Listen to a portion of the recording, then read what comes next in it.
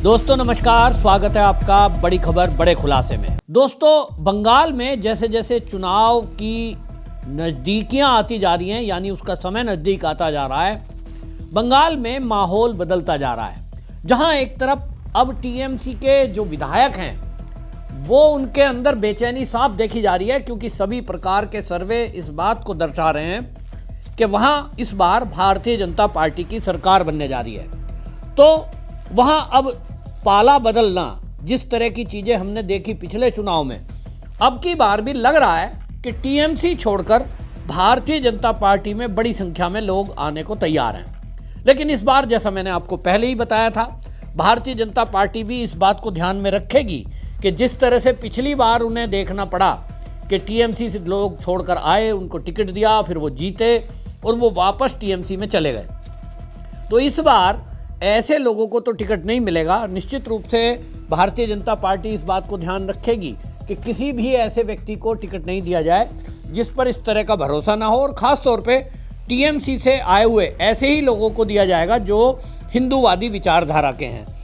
अब इसमें अभी से बयानबाजी शुरू हो गई है, और टीएमसी के एक विधायक हैं, उन्होंने भारतीय जनता पार्टी की तारीफ क्या कर दी, ममता बनर्जी की तो नींद उड़ गई। आपको बताएं कि ये जो है हुगली ज़िले में बालागढ़ से एक विधायक हैं मनोरंजन बापरी। मनोरंजन बापरी ने सोशल मीडिया पर एक पोस्ट लिखा, और उन्होंने सोशल मीडिया में अपना निजी अनुभव शेयर करते हुए लिख दिया कि भारतीय जनता पार्टी के जो कार्यकर्ता हैं वो बड़े अच्छे हैं। और उन्होंने पिछला एक जिक्र करते हुए कहा कि मैं एक बार ममता बनर्जी की मीटिंग से लौट रहा था और डंकुली टोल प्लाजा पड़ता है, वहाँ पर मुझे बीजेपी के कार्यकर्ता मिले जिन्होंने मुझे पहचान लिया, और पहचानने के कारण उन्होंने बदतमीजी करने के बजाय, नारेबाजी करने के बजाय मुझे रास्ता दिया, मुझसे अच्छे से बात की। अब ये भारतीय जनता पार्टी के कार्यकर्ताओं की पूरे देश के अंदर पहचान है कि भारतीय जनता पार्टी में शालीनता वाले लोग पाए जाते हैं। भारतीय जनता पार्टी का कार्यकर्ता समर्पित कार्यकर्ता है, संस्कारित कार्यकर्ता है।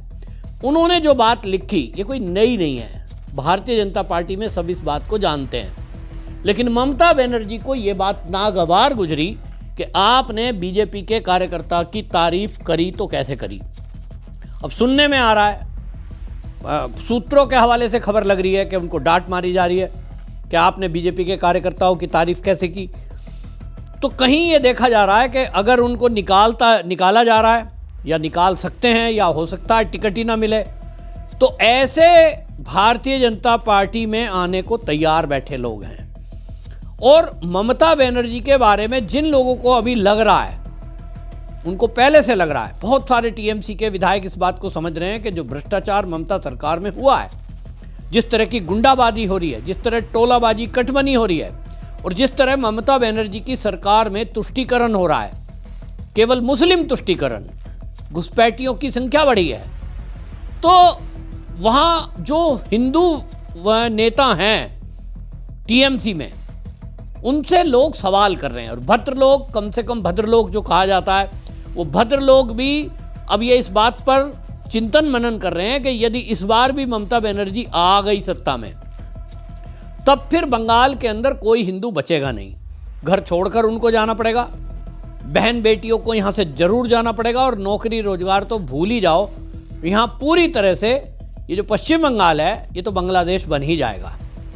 और इसीलिए दबी जुबान में ही सही, टीएमसी के अंदर जो हिंदू नेता हैं, अब वो ये मन बना रहे हैं कि क्यों ना ममता बनर्जी से किनारा कर लिया जाए।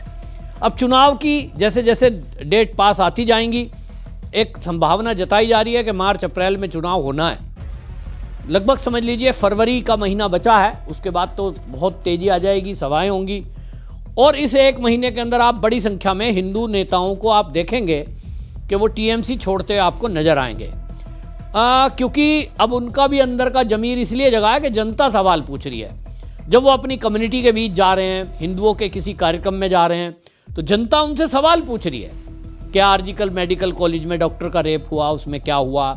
शाहजहां शेख ने जो हिंदू महिलाओं के साथ रेप किए, उसमें क्या हुआ? और जो भर्ती घोटाले हो रहे हैं, बाकी चीज़ें हो रही हैं, ममता बनर्जी एक तरफा मुस्लिम तुष्टीकरण में जुटी है, उन्हीं की टीएमसी से हुमायूं कबीर है जिसको नामचार के लिए निकाल दिया गया है, वो बाबरी मस्जिद बनवा रहा है। इस तरह के कई मुद्दे बंगाल के अंदर लोग बाग सवाल पूछ रहे हैं। आप सोचेंगे कि मैं इतनी बातें बता रहा हूँ, ऐसी तो हमने कहीं मीडिया में बातें सुनी नहीं है। तो आपको बता दूं कि बंगाल के अंदर आप खुद से घूम के आइए।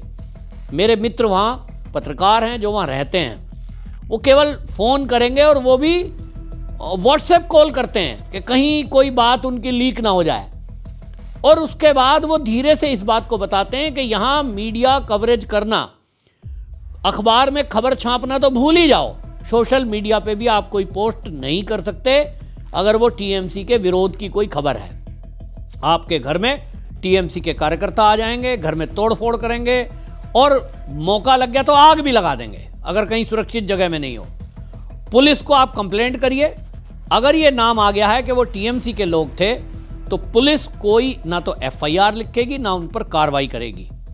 और चालाकी इस कदर हो रही है कि आपको उनके कार्यकर्ता गली गली में बैठे हैं, वो ये भी नहीं पता लगने देंगे आपको, आपसे कहेंगे हम तो इस बार बीजेपी को वोट देंगे, मोदी जी बड़ा अच्छा काम कर रहे हैं। और जैसे ही आपके मुंह से निकला हाँ मोदी तो बहुत अच्छा आदमी है, इस बार तो हम भी बीजेपी को वोट देंगे, तो निश्चित समझ लीजिए आपका नाम नंबर नोट हो गया, आपका एड्रेस नोट हो गया, और टीएमसी का काडर उसको अपने कार्यकर्ताओं को भेज देगा। और रात के अंधेरे में चाहे तो दिन के उजाले में, वहाँ कोई खतरा नहीं है, उस व्यक्ति पे हमला हो जाएगा जो मोदी की तारीफ कर रहा है।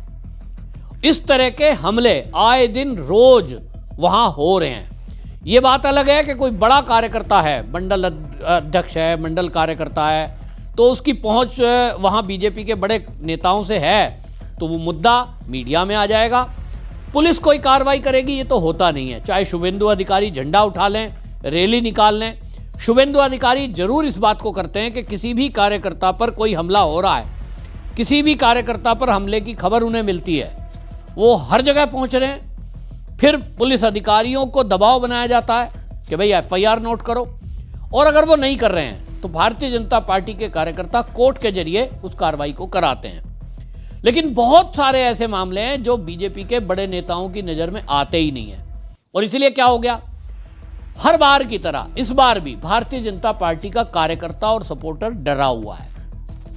मीडिया वाले कितने भी चले जाएं, वहां कोई बोलने वाला आपको नहीं मिलेगा कि हम बीजेपी को वोट देंगे अभी तक, क्योंकि बंगाल में विश्वास वहां के लोगों पर यह बन नहीं पाया है कि हम वोट ठीक से डाल भी पाएंगे कि नहीं, और हमने वोट डाल दिया तो उसके बाद हम सुरक्षित रह पाएंगे कि नहीं। तो लोग डरे हुए हैं और इस डर का ही फायदा ममता बनर्जी उठाना चाहती है। हर बार की तरह वो चाहती हैं कि लोग वोट डालने निकले ही ना, लेकिन जो एसआईआर हुआ है उसका ममता बनर्जी के पास कोई हल नहीं है। लगभग 1 करोड़ के लगभग नाम कटना तय माना जा रहा है। ममता बनर्जी को लग रहा है कि ये बड़ी संख्या में उन्हीं के वोटरों का नाम कटा है। अब उसमें फेक थे, मर गए, ट्रांसफर हो गए और बहुत सारे घुसपैठियों के नाम थे। तो अब जो वो नाम कटे हैं, तो ममता बनर्जी ये चाहती है कि वो जो नाम कटे हैं वो ना कटें और फिर से जुड़ जाएं। तो चुनाव आयोग पर दबाव बनाया जाए, इस तरह की रणनीति पर ममता बनर्जी कोशिश कर रही हैं। बंगाल के अंदर बीएलओ के ऊपर हमले हुए हैं, बीएलओ पर दबाव बना है, कई सारे बीएलओ ने आत्महत्या की, और उनके परिवार वालों से जब बात करते हैं तो पता चला कि टीएमसी के गुंडों का उन पर दबाव था, उनका कार्यकर्ताओं पे दबाव था, वो अपने तरीके से गलत काम कराना चाहते थे। जिन्होंने नहीं किया उनके ऊपर हमले हुए, और जो कर दिया उसके ऊपर चुनाव आयोग की तलवार लटकी है। चुनाव आयोग ने घोषणा कर दी है कि किसी ने अगर गलत एंट्री की तो उसकी नौकरी गई। तो मतलब दोनों तरफ से जो बीएलओ हैं, चुनाव के अधिकारी एसआईआर में जो लगे हुए हैं, वो सब पिस रहे हैं, मार खा रहे हैं, डरे हुए हैं, या तो नौकरी गई या तो जान गई।